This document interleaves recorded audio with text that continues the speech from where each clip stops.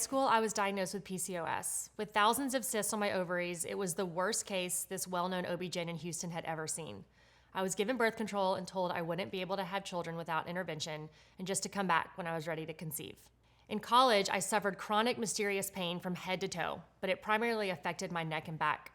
I began losing motor skills and will never forget reaching for a gallon of milk and having it just fall to the floor. After 2 years of seeing medical specialists, being on a laundry list of drugs, and trying every type of treatment from physical therapy to steroid injections, I was still so desperate for relief. I finally had ears to hear my Aunt Marilee, who encouraged me to try a different approach. She asked me questions I had never been asked before. What products do you use for laundry, cleaning, and personal care? Is your apartment treated with pesticides?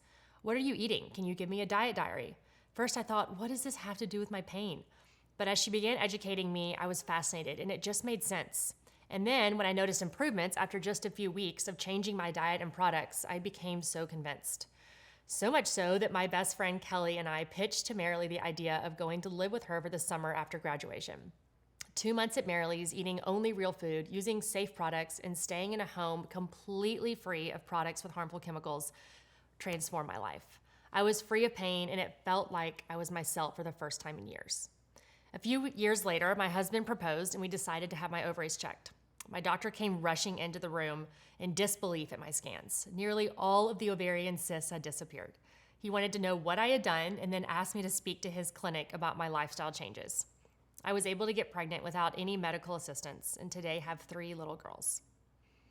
A few years ago, I moved into a home that we discovered had mold, which triggered dormant Lyme disease.